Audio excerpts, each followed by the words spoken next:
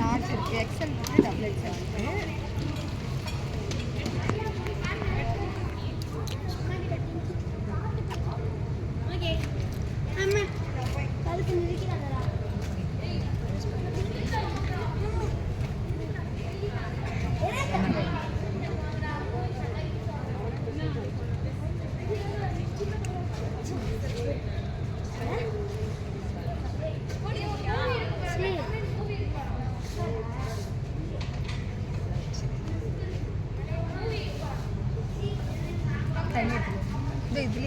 Juggler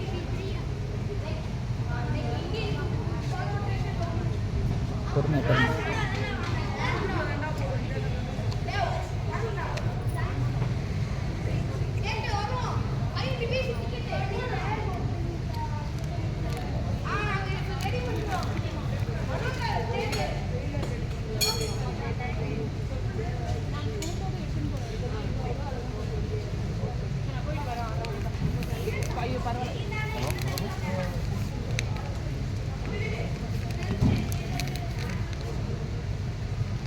touch பண்ணி பார்த்தா நமக்கு தெரியும், அப்சர்வ் ஆகிடும்.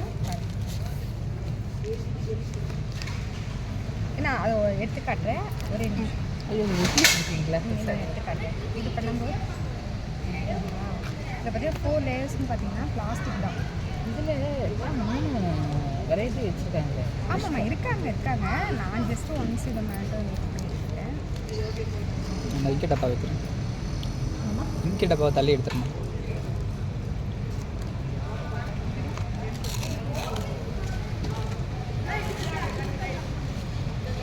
பிளாஸ்டிக் இது ஒரு கெமிக்கல். அடுத்த லேயர்னு பிளாஸ்டிக். இதை பார்த்தீங்கன்னா ஃபஸ்ட் லேயர்.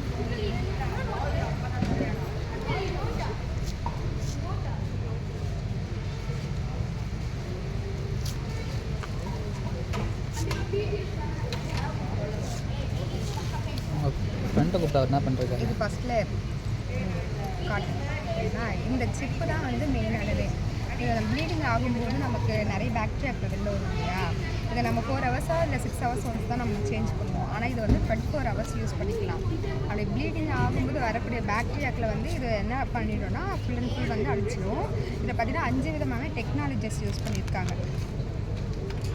ஆனியன், மேக்னெட், நானோ சிட்டின்னு சொல்லிட்டு 5 விதமான டெக்னாலஜி யூஸ் பண்ணியிருக்காங்க. இதை 24 ஹவர்ஸ் யூஸ் பண்ணுறது மூலமாக எந்த ஒரு சைடு எஃபெக்ட்டும் வராது.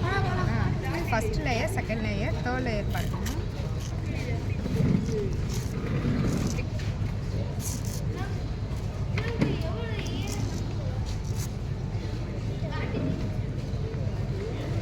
அது போட்டமாக இருக்குது. ஆமாம், காட்டன் தான். அதுவும் காட்டன் தான். சர்ஜிக்கல் காட்டன் வச்சுருப்பாங்க. இது ஃபுட் கிரேட் க்ளூ. உணவு தரத்தை பார்க்கக்கூட அந்த க்ளூ போடுவாங்க இல்லையா, அதுதான். இதுதான் அப்சர்வ் பண்ணும். அந்த க்ளூ மட்டும் தான் வெளில வரும். எவ்வளோ ப்ளீடிங் ஆகணும் நம்மளுக்கு வெளியே வராது. இப்போ நார்மலாக இதை பிழியும் போது நீங்கள் பாருங்கள், ஓகேங்களா. ஆனால் இதில் பாருங்கள், இதில் நீங்கள் வந்து இதில் ஏற்கனவே சின்ன சைஸ் விலை குறைஞ்சதை வச்சுருக்கீங்க. இதில் விலை கூடுதலை கொஞ்சம் நல்லா அப்சர்வ் பண்ணதில்ல. என்னது இது விலை விஷ் பண்ணல எதுவாக இருந்தாலும் ஜஸ்ட்டு எல்லாமே ஒரே இது தானே. விலை கூடினாலும் அதே தான்.